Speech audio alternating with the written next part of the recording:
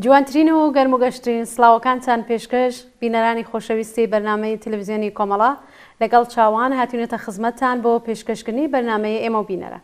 لەلایەن منیشەوە گەرموگەشترین سڵاوەکانتان پێشکەش بینەرانی خۆشەویست هاتوونەتەوە خزمەتتان بۆ پێشکەشکردنی بەرنامەی خۆتان واتە ئێمە بینەران. هەر وەکو ڕەواڵی هەموو حوتەیەک بەرنامەی ئێمە بینەران کۆمەڵی بابەت و نامەی ئێوەی خۆشەویست لە خۆ دەگرێت کە لە درێژەی بەرنامەکە پێشکەشتانیەکەن. فەرموو ئێوە و بەرنامەی ئێمە بینەران.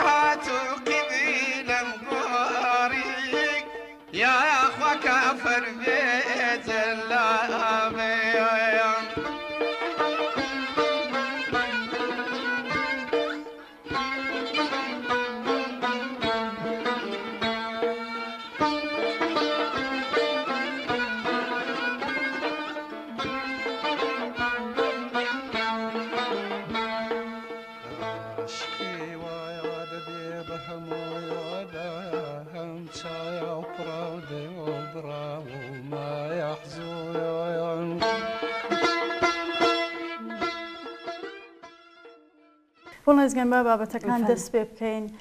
ئەمڕۆ هەینی هەشتی پوشبەر ڕۆژی بەڕێوەچوونی شانۆی هەڵبژاردننی سەرۆک کۆمار لە ئێرانە. گزارش و راپۆرتە سەرەتاییەکان باس لەوە دەکەن ئەم شانۆیە لەلایەن خەڵکەوە بەڕادێکی بەرچاو بایکۆت کراوە و جوابێکی نەی وەرگرتوێتەوە، بەڵام دەبێت چاوەڕوانی تەکمیلبوونی ئەم گزارش و راپۆرتانە بکەین. وەڵام نەزانەوەی خەڵک بەم شانۆگەریە چاوەڕوانکرا بوو. هەر لەبەر ئەوە لە ڕۆژانی ڕابردوودا کۆماری ئیسلامی هۆڵی زۆریدا تا بازاڕی ئەم شانۆیە گەرم کات تا بتوانێت ژمارەی بەشداربووان زیاد بکات. خامنەی ڕۆژی سێشەمەی ڕابردوو لە کۆبوونەوەیەکدا بە ناوی جەژنی غەدیر ڕاگەیاند ئەگەر بەشداری خەڵک لەم هەڵبژاردنەدا کەم بێ بە قسەی ئەو زبانی دوژمن درێژتر دەبێتەوە. هەروەها وتی ئێمە بۆی ئیسرار لە بەشداری دەکەین بۆ سرەفرازی کۆماری ئیسلامیە تا بتوانێت بەسەر دوژمنانیدا زاڵ بێ. دوژمنان کێن؟ باوە بپرسین. هەمان ژنان و کچان کە حاضر نین سوکایەتی قبول بکەن، هەمان خەڵکێکن کە حاضر نین ستەم و نابەرابەری داسەپاوە قبول بکەن، هەمان خەڵکن کە بێمافی سەرکوت و خەفەقانی ژیانی لێتاڵ کردوون، هەمان کەسانێکن کە دروشمی ژن ژیان ئازادیان بەرز کردوێتەوە، هەمان کەسانێکن کە دژ بە سیاسەتەکانی کۆماری ئیسلامی دەنگی ناڕزایەتیان بەرز کردوێتەوە. دەنگێک کە بۆتە کابوسی خامنەئی و بە زمان درێژی دەزانێ و داوا لە لایەنگرانی دەکات بۆ ئێدامەی هەمان سیاسەت ینی سەرکوت و بێمافی بەشداری شانۆیەک بن کە وەڕێیان خستووە تا ئەوان پێ سەرفەراز بن. بەڵێ چاوان ئەگەر چی بە بڕوای من و بە بڕوای زۆر کەس دیاری کراوە کە کام لەم 6 کەسە ناوی لە سندوقەکان دێتە دەرێت لە خۆیدا پێمانێژێ ئاڵوگۆڕێکی جددی لە شێوازی دەسەڵات و ئەو سیاسەتانەی کە تا ئێستا بەڕێوەچوون پێک نایێت. بازارگەرمیە بۆ ئەم گەمەیە تەنیا بۆ هەمان قسەی خامنەیە تا دەنگی ئێتراز و ناڕزایەتی خەڵکی وەگیان هاتوو کە ئەو ناوی زبانی دوژمنانی لێناوە کوردکەنەوە تا کۆماری ئیسلامی ئەوان سەرفەراز بێ. ئێمە زۆر جار باسیەوەمان کردوە کە کۆماری ئیسلامی ئێستا گەیشتووەتە قۆناغێک لە ڕێگەی پاشگەزبوونەوە یان بە وتەیەکی تر ڕێگای چاکسازی بە تەواوی لە خۆی داخستووە و بە ڕەمزی مانەوەی لە دەسەڵاتدا نەیزانیوە. ئێستا محکومە بەوەی کە سیاسەتی تا ئێستای چرتر کاتەوە یانێک گوشاری زۆرتر بۆ سەر ژیانی خەڵک، سەرکوتی هەر دەنگێکی ناڕزایەتی و لە یەک کەلامدا داسەپاندنی حکوومەتی سەرکوت و خەفەقان. بە هەمووی ئەمانەوە لەوەیش غافڵ نییە کە تا ئەو جێگایە دەتوانێت بە ئەنجامی شانۆگەری هەڵبژاردن مەشروعیەتی ناوخۆیی و دەرەکی بۆ ئەم سیاسەتە دەست و پێ بکات. هەروەکو باسمان کرد ئەگەرشی بەڕێوەبردننی ئەم شانۆگەریە بە ناو هەڵبژاردنە مانایەکی نییە، بەڵام کۆماری ئیسلامی هەوڵ ئەدات استفادەی خۆی لێ بکات و وەکو ئامرازی شەریعەتی ساختە بۆ خۆی بە خەڵک و جیهان بفرۆشێت کە لە قسەکانی خامنەیدا بەڕوونی دیار بوو. جا ئێستا و ئەم جارە بۆ گەرمکردنی بازاڕی ئەم گەمەیە ڕێگەیان داوە بە ئیسلاحوازێکی دەرەجە چەندم تا بە واتای خۆی یاری دەربێ بۆ بەشداری زۆرتری خەڵک. بەڵێ زۆر سپاس گۆڵناز دەبا من ئێدامەی بەم ئەڵبەت هەروەک تا ئێستا لە گزارش و راپۆرتە سەرەتاییەکاندا دیارە جارێکی تر سەرمێنرا کە هیوای چاکسازی لە پێکاتەی سیاسی ئێراندا لە وەهمێک زیاتر نییە. پێم وایە ڕوونە کە هیچ حکوومەت و پەرلەمانێک لەم پێکاتە پانخوازە گەندەڵەدا ناتوانێت ڕێگری لا تەشەنەکردنی خێرانەکان بکات. بەڵام بەم حاڵەشەوە بەداخەوە هەر ژمارەیەک هەن کە فریوی ئەم بازارگەرمیە دەخۆن جگەل لەوانەیە بەهۆی جیاواز بشن بۆ دەنگدان. پرسیار لەم ژمارە کەسانە ئەوەیە ئایا 45 ساڵ تاقیکردنەوەی ئاڵوگۆڕ لە ڕێگای سندوقەکانەوە و قسە لە بەکارهێنانی مینیمالی فەزا بەس نییە تا ئەوانوە خەبەر بێنێ؟ ئەلبەت باست کرد بەشی زۆری خەڵک دەمێکە لەم وەحمە ڕزگاریان بووە بەناو هەڵبژاردنەکانی ئەم دوایەی مەجلس ئەم ڕاستیان سەلمان کەلانی کەم مل بە سوکایەتی کردن بە خۆیان دادەن. ئێستا هاتنی ئیسلاحوازێکی دەرەجە چەندەم ناتوانێ ئەم خەڵکە بکێشێتە پای سندوقەکانی دەنگدان. بەڵێ چاوان دوای ناوبڕێک دەگەڕینەوە لە بینەرانمە.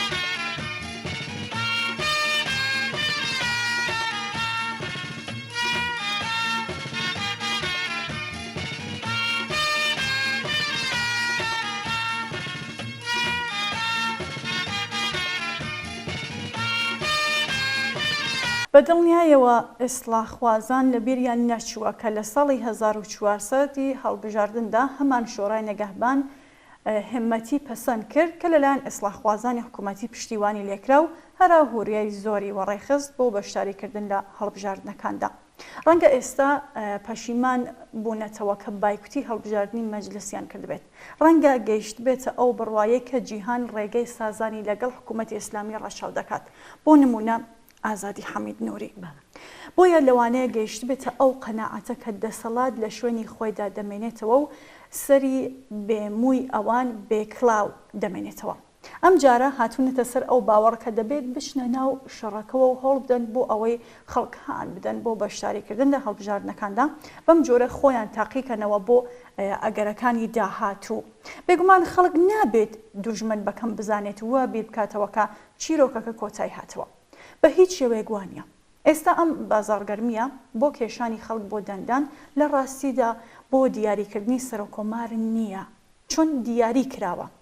دەستگای ڕێبەری دیارە هەوڵ ئەدات خەڵک بەشدار بن، بەڵام لە واقعدا تەنیا یەک دەنگ بەسە بۆ کۆماری ئیسلامی. ئەوان بڕیاری خۆیان داوە و ڕێگا و شوێن و شێوازی دەسەڵاتیان دیاری کردووە. ئەمە گەمەیە بۆ وەرگرتنی ئەمتیازی زۆرتر لە خەڵک و لە جیهانیش.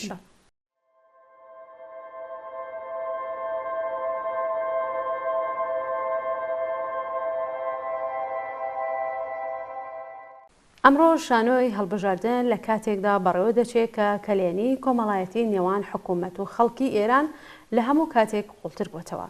بەوتەی خودی ئەو کاندیدانەی کە شیاوبوونیان لەلایەن شۆرای نگەهبانەوە پەسەند کراوە، خەڵک هیچ گرنگێک بە بەشداری ئەم شانۆی هەڵبژاردنە نادەن.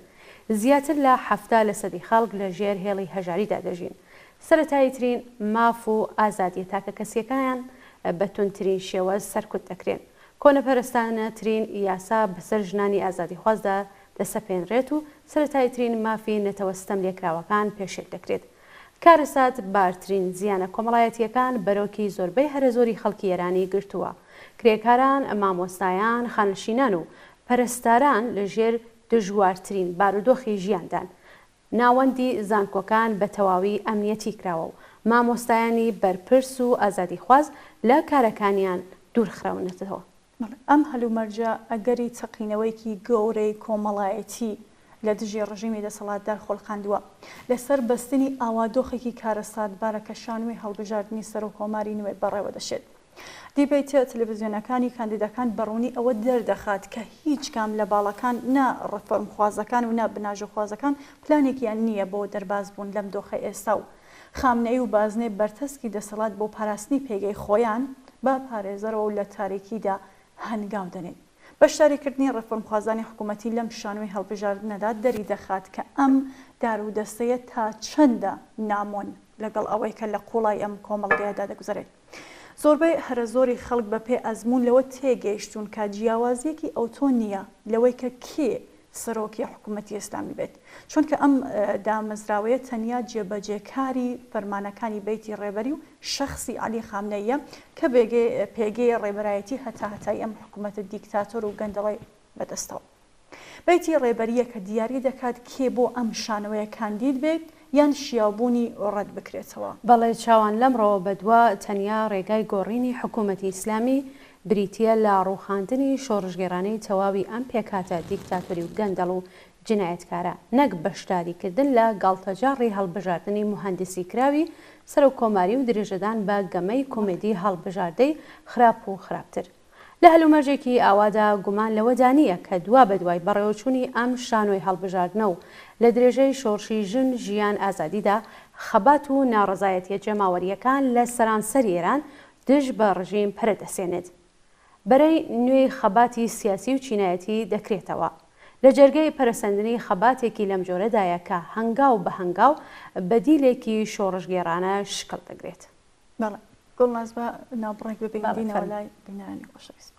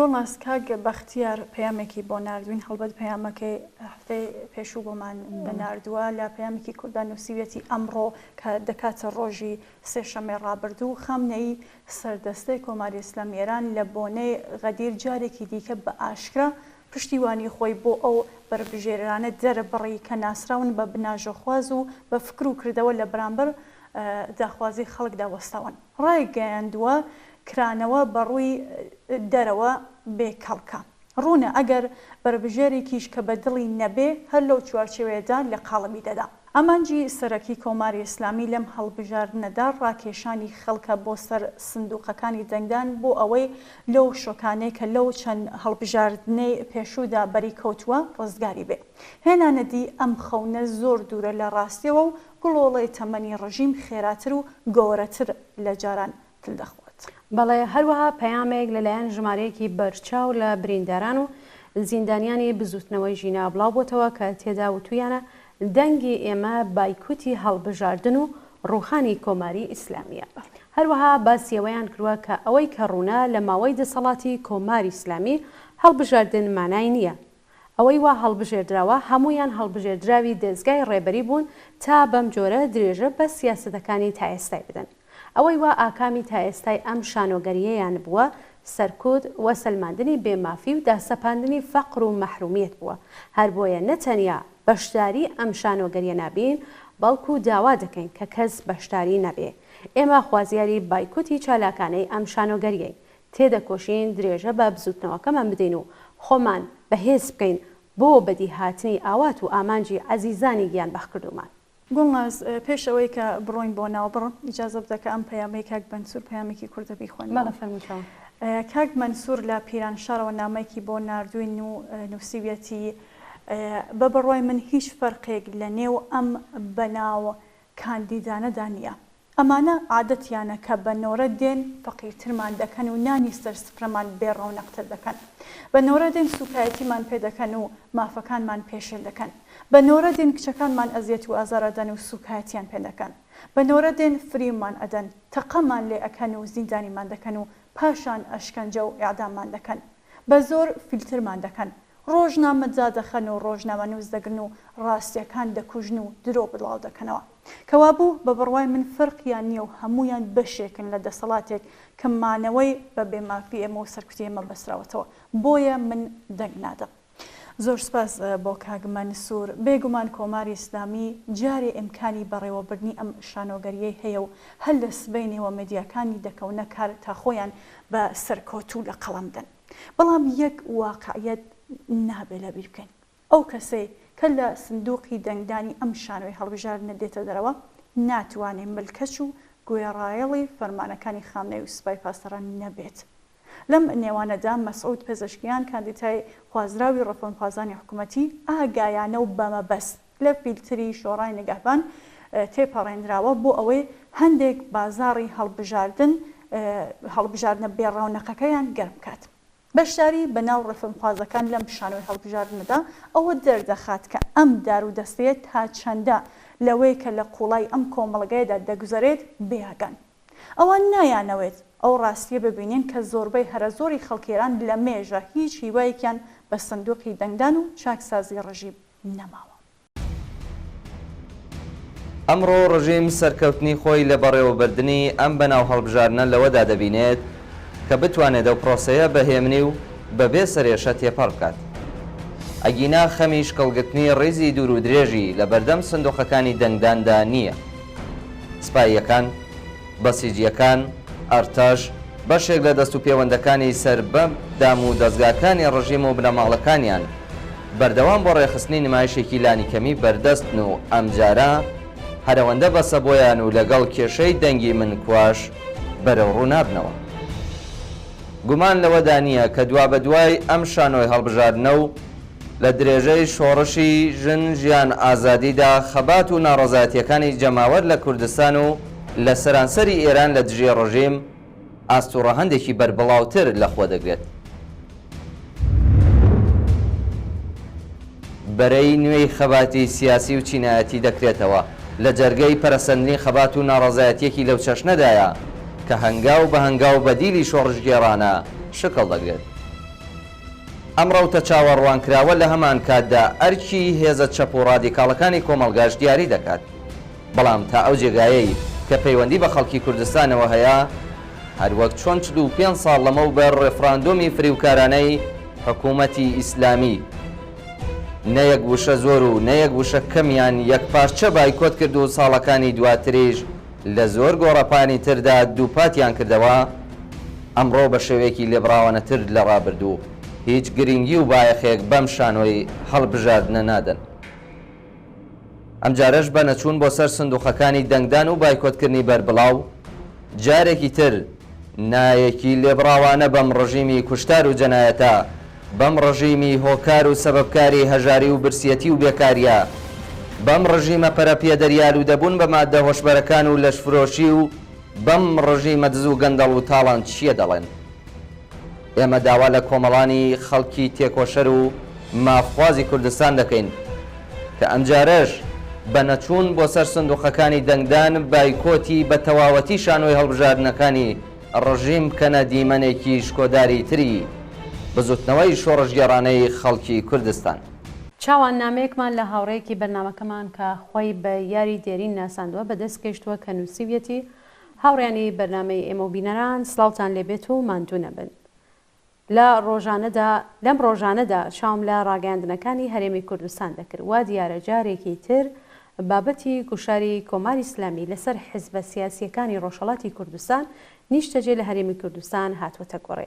ئەگەرچی ئەم بابەتە تازە نییە و دەگەڕێتەوە بۆ ڕێکەوتنی ئەمنی کە کۆماری ئیسلامی کە لەگەڵ حکوومەتی عێراق و هەرێمی کوردستان واژۆیان کردووە، بەڵام نیشاندەری چەند مەبەستە کە کۆماری ئیسلامی هاوکات ڕەچاوی ئەکات.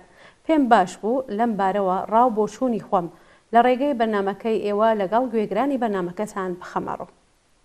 بەڵێ هاوڕێ دێرین لە بەشێکی تری نامەکەدا نووسێت تا ئەو جێگا من بزانم و بە پێشبەستن بە هەواڵەکان ئەم ڕێکەوتنە ئەمنیە کە وا دیارە تەنیا داواکاریەکانی ئێرانی تێدا گونجاوە و باسێک لە داواکاری عێراق و هەرێمی کوردستانی تیانە چون دوای ئەم ڕێکەوتنە دەستی حکوومەتی ئیسلامی ئاوەڵاتر بووەتەوە لە دەست تێوەردان لە عێراق و تەنانەت هەرێمی کوردستانیش. دەرهەرحاڵ پێشمەرگەکان لەسەر سنوور دوورخرانەوە و هیچ چالاکی نظامی بەڕێوە ناچێت. هەروەها دەزانم کە ئێستا ئۆردوگاکان فێرگەی نظامیان نییە و زۆرتر جێگای ژیان و هەوانەوەی بنەماڵە و خەڵکێکن کە نەیانتوانیوە لە کوردستانی ئێران بمێنەوە و لەوێ نیشەجێ بوون.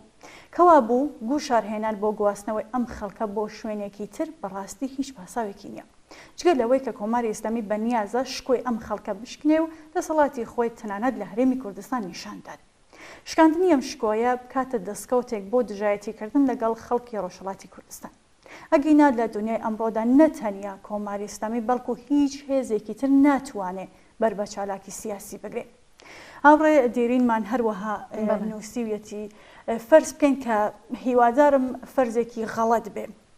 حکوومەتی هەرێم گواستنەوەی ئەم هێزانە بۆ شوێنێکی تر بخاتە بواری جێبەجێکردنەوە.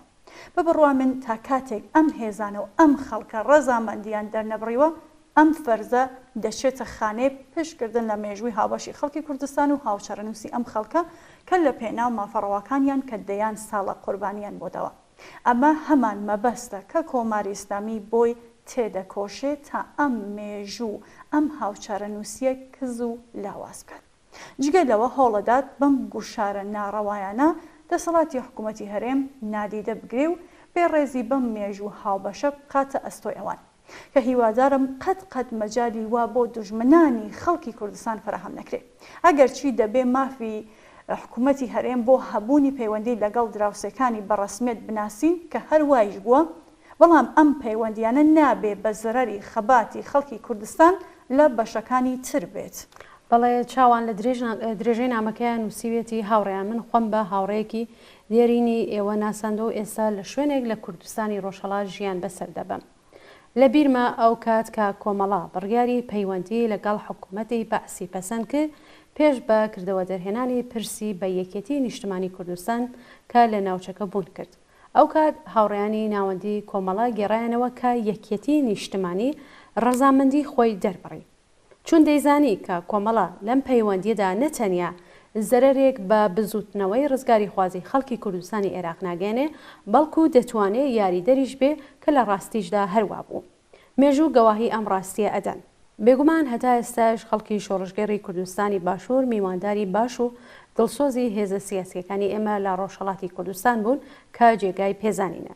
لەمە بەدوایش انتزار و چاوەڕوانی ئێمە خەڵکی ڕۆژهەڵات ئیدامە و پتەوکردنی ئەم هاوچارەنووسی و ئەم مێژووە هاوبەشە و نابێ ئیجازە بدەین دوژمنانمان کۆسپ لەسەر ڕێگای دروست بکەن.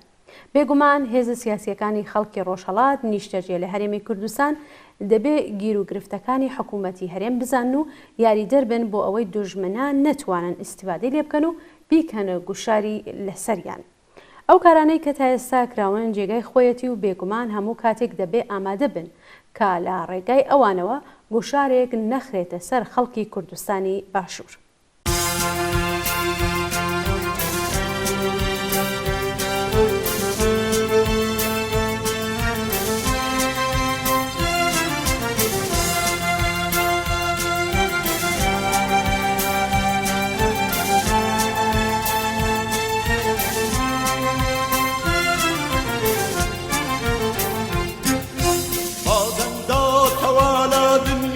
هرشی دستی بکا حالا گریبی باکین داکاری دنیای پاک دنیای بی شوسانوا حکمی مدد گلانوا حکمی سوری کری کارا سوسیالیزم اسوی جهان رو خاندنی شوسی نرا رو خاندنی شوسی نرا کشمرگری کری کارانی پشتیوانی دوستیارانی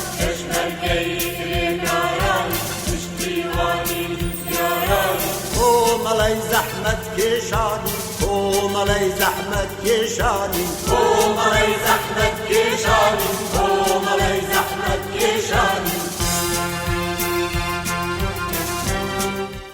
گۆڵناس بە بڵاوبوونەوەی هەواڵی گوشار بۆ سەر هێزە سیاسیەکانی کوردستان ژمارێکی بەرچاو لە چالاکانی سیاسی لە نێوخۆی هەرێم و هەروەها دەرەوێ وڵات بە وتار و ڕاگەیاندن هەڵوێستیان وەرگرتووە کە ئێمە تێدەکۆشین کورسێک لە هەر ڕاگەیاندنێک لێرەوە دیسان بخەینەڕەن. لە بەشێک لە ڕاگەیاندنی کۆڕی کوردانی دانیشتووی فەڕەنسا لە ژێرناوی گوشار بۆ سەر حەزبەکانی ڕۆژهەڵات پێش هەر شتێک بە زیانی حکوومەتی هەرێمی کوردستانە هاتووە. کۆڕی کوردانی دانیشتووی فەڕەنسا وێڕای شەرمەزارکردنی حکوومەتی کۆماری ئیسلامی ئێران سوورە لەسەر ئەو بڕوایەکە حەزب و ڕێکخراوەکانی ڕۆژهەڵاتی کوردستان هەستیارانە و بەرپرسیارانە لەگەڵ بەرژەوەندیەکانی خەڵک و حکوومەتی هەرێمی کوردستان جوڵاونەتەوە و داواکاریەکانی دەوڵەتی عێراق و حکوومەتی کوردستانیان لە بەرچاو گرتووە و ڕەچاویان کردووە. دانیشتوانی ناو بنکە و بارگاکانی حزب و ڕێکخراوەکانی باسکرا و خەڵک و کۆمەلگای مەدەنی هیچ چەشنە چالاکێکی سەربازی لەلایەن حزبەکان نەهاتوەتارەوە. حکوومەتی هەرێمی کوردستان لەسەر بنەمای مافی سروشتی خۆی بۆی هەیە لەگەڵ دەوڵەتانی دراوسێ پەیوەندی سیاسی و دیپلۆماتیک دابمەزرێنێ، بەڵام بەرەو پێشبردنی پەیوەندیەکان و دۆستایەتی نێوان ئێران لەگەڵ هەرێمی کوردستان بە پێی ئەسڵ و پرەنسیبێکی مێژووی و نەتەوەی ناشێ لەسەر تەنگەبەرکردن و بەرتەسکردنی ژیانی ڕۆژانەی خەڵکی ڕۆژهەڵاتی کوردستان دانیشتووی باشووری کوردستان بێت. نابێ ئاسایش و ئەمنیەتی ئەو حزب و ڕێکخراوانەی ڕۆژهەڵاتی کوردستان کە بەرژەوەندیەکانی خەڵک و حکوومەتی هەرێمی کوردستان دەپارێزن بکەوێتە ژێر مەترسی و هەڕەشەوە. کۆڕی کوردانی دانیشتووی فەڕەنسا لە بەشێکی تری ڕاگەیاندنەکەیاندا نووسیبیانە حزب و ڕێکخراوەکانی ڕۆژهەڵاتی کوردستان خۆشەویستی کۆمەڵانی خەڵکی ئەو بەش لە کوردستان و جێگەی ڕێز و پێزانینن بۆ جەماوەری ڕۆژهەڵات. لە سەردەمە جۆربەجۆرەکان بەهانای حزبەکانەوە هاتوون و جوابی ئەرێنیان بە داواکاریەکانیان داوەتەوە. خەڵکی ڕۆژهەڵات هەمیشە پێشوازیان لە بانگەوازەکانی حزبەکان کردووە و لە هەموو مانگرتنە گشتیەکانی ئەم دواییانەش وێرانە و چالاکانە بەشداریان کردووە. ڕێکخرا و حزبەکانی ڕۆژهەڵات بۆ دەستەبەرکردنی مافەنەتەوایەتیەکانی خەڵکی کوردستان، دیموکراتیزاسیۆنی کۆمەلگای ئێران و بەدیهێنانی دادپەروەری ئابووری لە ناو کۆمەلگادا تێکۆشانی سیاسی دەکەن و ئەوەش بە هیچ شێوێ ناکرێت لەگەڵ بەرژەوەندیەکانی باشووری کوردستان لە ناکۆکیدا بێت. جێبەجێکردنی سەرجەم داواکاریەکانی بەرپرسانی کۆماری ئیسلامی ئێران و دروستکردنی کۆسپی زیاتر لەسەر ڕێی ژیانی سیاسی حزب و ڕێکخراوەکانی ڕۆژهەڵات بەشێک لە پلان و پیلانی بەرتەسکردنەوەی دەسەڵاتەکانی قەوارەی هەرێمی کوردستان و زیان و خەساری تەسلیم بوون بەم گەڵاڵە دژە کوردەیە بەر لە کوردی ڕۆژهەڵات ڕاستەوخۆ بەر دەسەڵاتی هەرێم خۆی دەکەوێت بە لەبەرچاوگرتنی ئەو خاڵانەی سەرەوە. بەڵێ لە کۆتایی ئەو نامەیەدا هاتووە داوا لە بەرپرسانی حکوومەتی هەرێم یەکێتی نیشتمانی کوردستان و ئاسایشی هەرێم. کۆتایی بێنن بۆ زەخت و گوشارانەی دەخرێتە سەر حزب و ڕێکخراوە و خەڵکی مەدەنی و تاکی کوردی ڕۆژهەڵاتی دانیشتووی هەرێمی کوردستان کە خەریکی کار و ژیانن لەو بەشەی کوردستاندا تێپەڕەکەن. لە هەمان کاتیشدا پێویستە لە پرسی مانەوە و ڕێکاریەکانیشدا هاسانکاریان بۆ بکرێت. ئەو ماڵ و بنەماڵە ڕۆژهەڵاتیانەیە کە لە باشووری کوردستان و لە زڕگوێز و زەڕگوێزەڵە دەژین زیاتر لە 30 ساڵە لەو شوێنانە نیشتەجێن و تێکەڵاوی بنەماڵەییان لەگەڵ خەڵکی دۆروبەریان هەیە. هەر ئێستا گڵکۆی ئازیزانی کوچکردووی ئەو خەڵکە لەو دەڤەرە هەڵکەوتووە و بارەگاکان بەکردەوە بوون بە گوندێک لە ئاواییەکانی هەرێمی کوردستان. ئەو بنەماڵانە هیچ کات بچووکترین کێشە و ئالۆزیان بۆ کەس پێک نەهێناوە. ناکرێ بە پەیڕەو لە ویست و جاخواز و داوای کۆماری ئیسلامیێران خاو و خێزانی بێدەرەتان کەونە ژێر ترس و ئازار و ناسەقام گرتووی و بگوێزنەوە بۆ کەمپی زۆرەملێ کە لە گەلێ بیرەوەری تاڵ و ناخۆش لە مێژووی باشووری کوردستاندا زیندوو دەکاتەوە. کۆڕی کوردانی دانیشتووی فەڕەنسا هەروەها دەڵێ مێژووی کوردستان دادوەرێکی بێلایەنە و لە هەڵە و پەڵەی هیچ کەس بە هەر پلە و پایەکی سیاسی و ڕێکخراوەی دابێت خۆش نابێت. تروسکەی چاوی هەورێک بووی کەیلی باران لە شەوی ئەنگوستە چاوە. تروسکەی چاوی هەورێک بووی کەیلی باران لە شەوی ئەنگوستە چاوە. تەقینەوەی کانیاوێک بووی لە داوێنی ناڵەشکێنی ڕاوەستانە وەڕووباری وەڕێکەوتە بووی بەبەستێن تا ناخی دەریای یەکگرتە. تۆ کلێلی ئەو سندوقەی ڕازی سەرکەوتنی تیاە بۆ شێردەستان، تۆ تۆفانی مەوجی مێژووی بۆ غەرقی کەشتی سەرمایە لە کوردستان.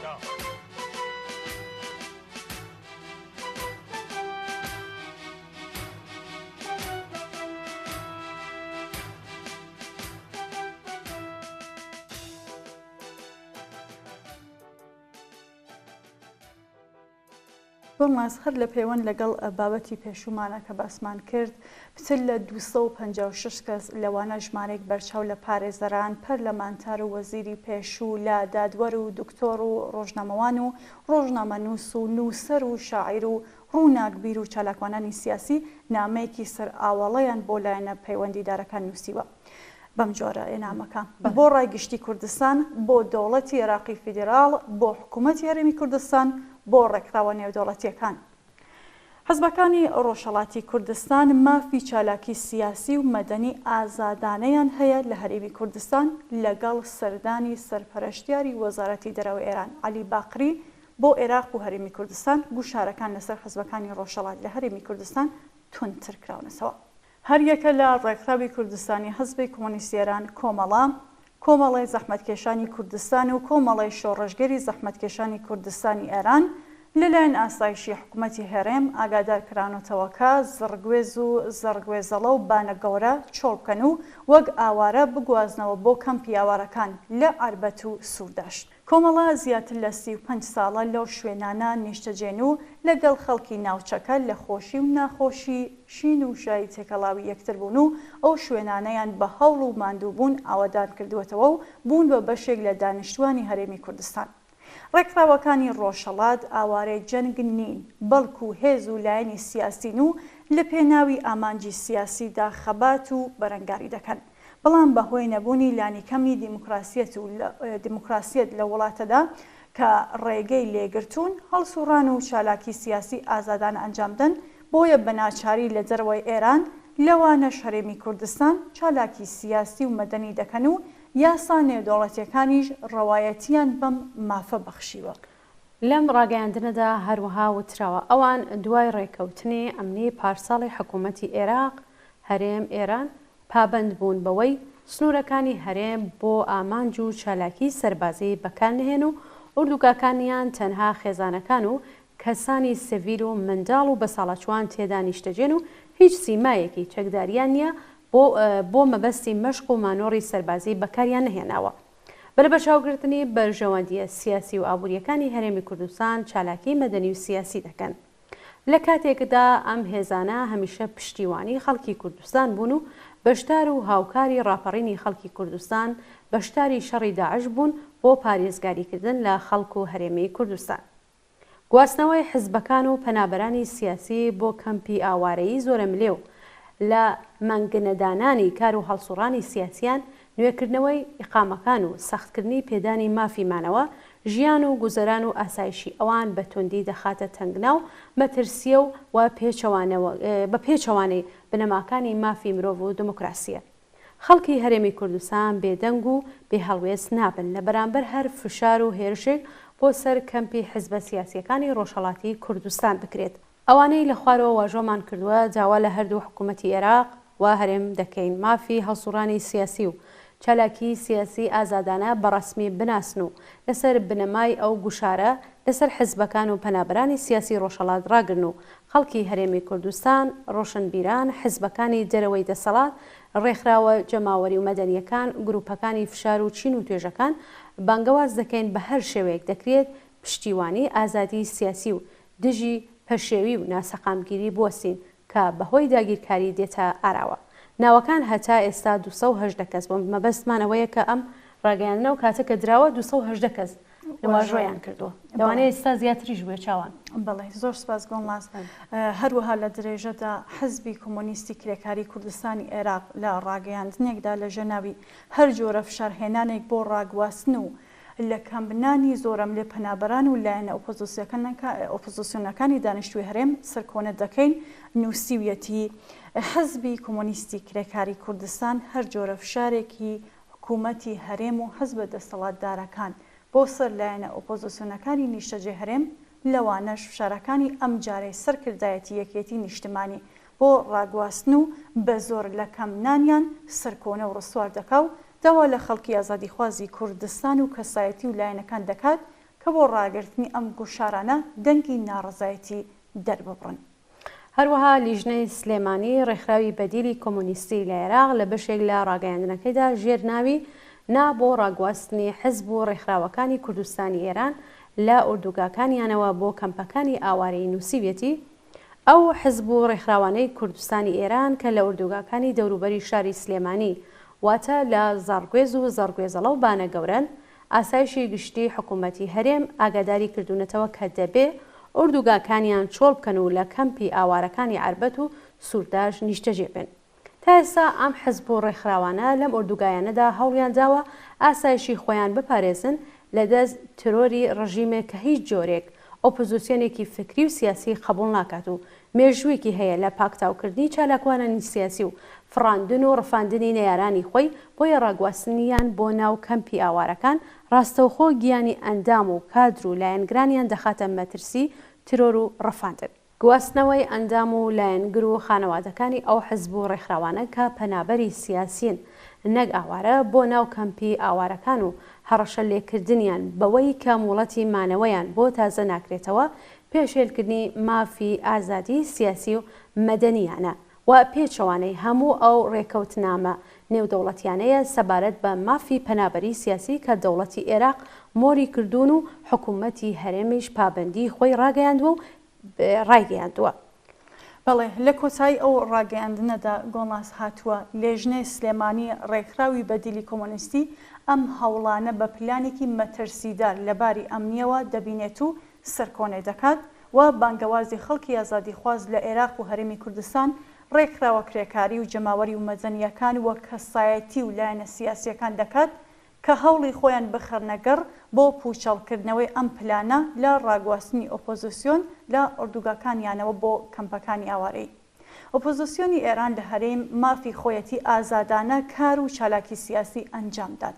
پاراستنی ژیان و ئاسایشی ئەم پەنابەرە سیاسیانە و ئەم حزب و ڕێکخراوانە لە ئەسۆی هەردوو حکوومەتی ناوەند و هەرێم و هەردوو حزبە دەسەڵاتدارەکەیاندایە و هەر ڕووداوێکی نەخوازراویش ڕووبدات ئەوان لێ بەرپرسیارن.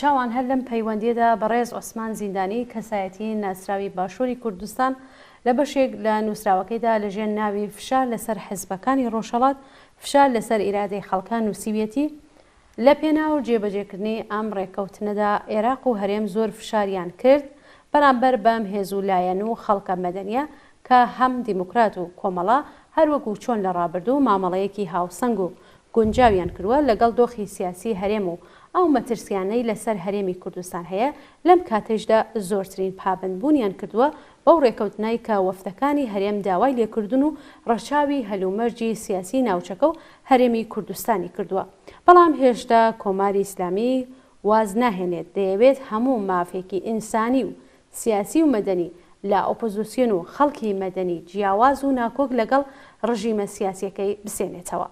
لە ڕاستیدا ئەمە پێچەوانەی مافەکانی جارنامەی گردوونی مافەکانی مرۆڤ و پەیمان نامە و ڕێکەوتنە نێودەوڵەتیەکانە کە هەموو لایەنێکی سیاسی و هەموو پەنابەرێکی سیاسی مافی چالاکی و هەڵسوڕانی سیاسی و مەدەنی و ئیعلامی هەیە و مافی ژیان و بەهرەمەندبوونی هەیە لە دابینکردنی پێداویستیەکانی ژیان لە کاتێکدا ئەمانە خەڵکی تێکۆشەر و سیاسین بۆ بەرەنگاربوونەوەی ستەم و زۆرداری و بە ناچاری نیشتەجێی ئێرە بوون.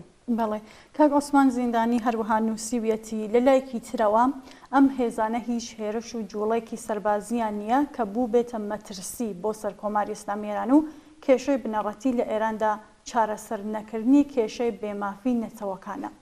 کێشەی نەبوونی یەکسانی و عەداڵەتی کۆمەڵایەتیە و بوونی بێکاری و نەداری خەڵکەکەیەتی کێشەی نەبوونی ئازادی جلوبەرگ پۆشینە کە سەرەتاییترین مافی ئینسانە. کێشەی دەوڵەتی ئێران بە گۆڕینی سیاسەت و شێوازی حکومڕانی دەبێت نەک بە چۆڵکردنی زڕگوێز و کۆیە.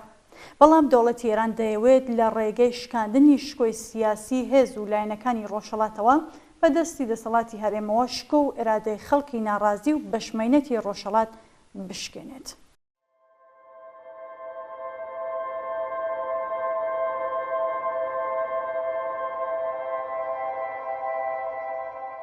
بڵناز هاوڕێکی تری بەرنامەکەمان کە خۆی بە مهران لە ئێران ناساندووە نامێکی بۆ ناردوین کە دوو بابەت لە خۆ دەگرێت.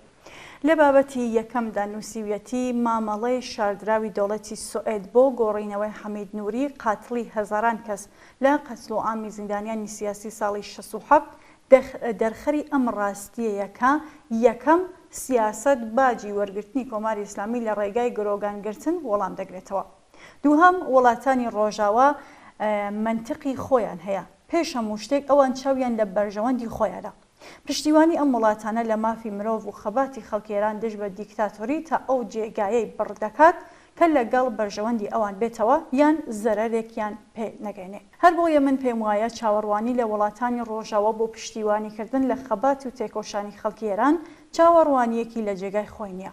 ئێستا ئیتر دەبێت بۆ زۆر کەس ڕوون بوو بێتەوە کە خەڵکی ئێران جگە لە خۆیان پشتیوانێکیان نییە تەنیا بەهێزی ڕێکخراوەی خۆیانە کە دەتوانن ئەم دەستکەوتانە بە چۆکدا دابدەن. بەڵێ چاوان لە بابەتی دووهمدا کاگمێران باسی لە هەڵوەشاندنەوەی حکمی ئەدامی توماج ساڵحی دەکات و نووسیویەتی دادگای باڵای کۆماری ئیسلامی سزای بێبنەمای لە سێدارەدانی توماج ساڵحی هەڵوەشاندوێتەوە. کۆماری ئیسلامی دەیزانی ڕژیم ناتوانێت هونەرمەندێکی خاوەن ناوبانگی جیهانی و پشتیوانی جەماوەری وەکو توماج لە سێدارە بدات ئەگینا پێشتر لەسەر بنەمای تۆمەتی هەڵبەستن و پەروەندە سازی سپا چەندین سزای لە سێدارەدانی دیکەیان دەرکرد بوو کە ڕووسواترینیان بریتی بوو لە سزای لە سێدارەدان بۆ سێ تۆمەتباری پەیوەندیدار بە دۆسیەی ناسراو بە خانەی ئیسفەهان کە تێدا سزای لە سێدارەدانی ساڵاح میرهاشمی و مەجید کازمی و سعید یاقوبی بەکردەوە دەرهات. ئەو جنایەتەش بە نۆرەی خۆی ئاگری تووڕەیی و نفرەتی جەماوەری خوازیاری ڕووخانی ڕژیمی بڵێستەدارتر کرد. ئەوەی ڕاستی بێ کە لە کەس شاردراوە نییە سزای بێناوەڕۆکی لە سێدارەدانی توماج بە مەبەستی چاوتەرسێنکردنی ژنانی ئازادی خواز و نافەرمان بێدەنگکردنی دادخوازانی بوێر ترساندنی خەباتکاران و مانگرتوانی ناوەندە پیشە سازیەکان لەوانە کرێکارانی نەوت بێدەنگکردنی زیندانیانی سیاسی ناڕازی و هیتر دەرچوو بوو.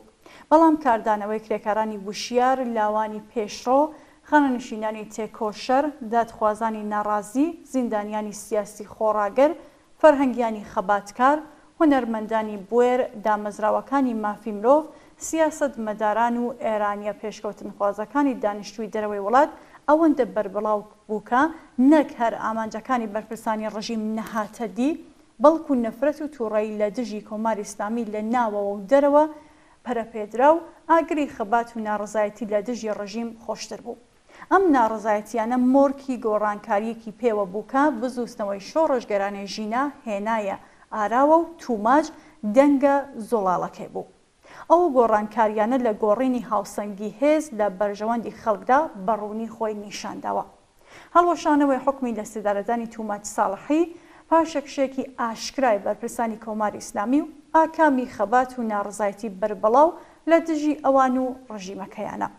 ئێستای تر کاتی ئەوەیە کە ئەم سەرکەوتنەی ئێستای کۆمەڵانی خەڵکی خەباتکار و ئازادی خواز لە نێخۆ و دەرەوەی وڵات هەنگاوێکی گەورە لە ئازادی خودی توماج و بەهێزتربوونی خەبات لە دژی سزای لە سێدارەدان و ئازادی سەرجەم زیندانیانی سیاسی نزیکمان کاتەوە.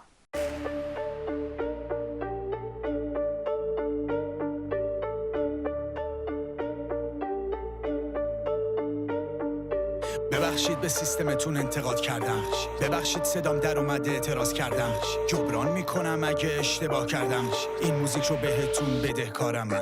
به به این اجتماع، به به این نظام، دولت داله دلسوزی، به به این رجال، غرقیم تو رفاه، دنیا بد شده بکام، منصب شایسته سالاری و هر کی سر جاش، کاش غربی یا یکم از ما یاد بگیرن، اروپایی یا زیر فقر دو قلو زاییدن، از گشنگی تو سطل تا کمر خم میشن، حتی یک روز همه آزادی رو نچشیدن. همه چی از اینجا جیبا پر پول، لبخند گشاد مردم، کل روز دولت اعتدال دقیقا وسط بوم بوم، سبز اینجا غرق دنیا توی خون، اون ور دبیرا دانش آموزا رو میمالن، تو صورت محجبه ها اسید میپاشن، آمرای به معروف از قانون ترسی ندارن، اینجا عقاید مختلف هم امنیت دارن.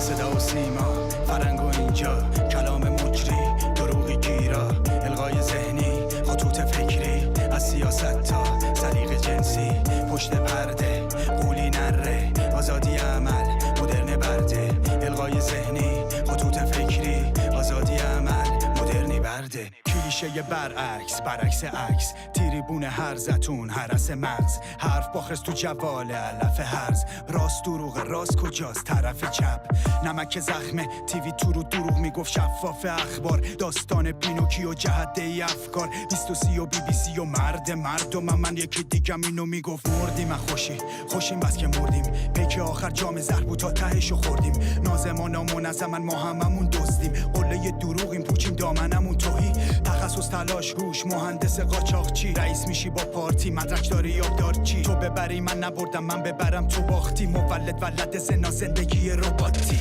صدا و سیما فرنگ و اینجا، کلام مجری دروغی گیرا، الغای ذهنی خطوط فکری، از سیاست تا سلیقه جنسی، پشت پرده قولی نره، آزادی عمل مدرن برده، الغای ذهنی خطوط فکری، آزادی عمل مدرنی برده، رسالت رسانه ها رنگ کردنه، آش خالمه به پامه به پان همه، با پای لنگ پای داریم به پاکش نره، مبارزه هشتکی گوشید نشکنه، میگن چوب معلم و هر کی نخوره خره، میگن اینجا گشنه ای ولی بهشت پر زره، میگن آبروی بین المللی مهمتره، پس صورت ها سرخ میشن با نظام و چکش، کش میاد روز هی دود میشه زود پول، رگ بزن رگ کجاست نمون اصلا توش خون، خط فقر رفت صف خط مرگ تو رود، سیاست با صداقت دروغ و چوبون بود، چپ خوبه راست بگی بد میشی تلف میشی، وطن چیه نمود واسد نرزشی نردشی، هدف چیه مرز کجاست فقط میخوای رد بشی، تهش تو رسانه میگن یا برید یا خفشید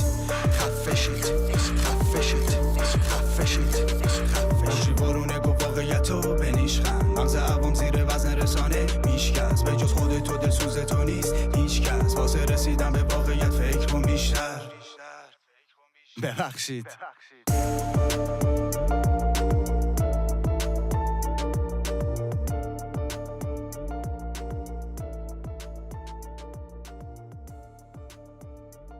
بەڵێ ئازیزان و بینەرانی خۆشەویست بەم شێوەیە هاتینە کۆتایی بەرنامەی ئەمڕۆمان واتە بەرنامەی ئێمە بینەران چاوەڕێ نامە و ئیمەیلی هەرچێ زۆرتری ئێوەن بۆ ڕازاندنەوەی بەرنامەکەمان پەیوەندیمان پێ بکەن و ڕاوبوچوونی خۆتان بۆمان باس بکەن.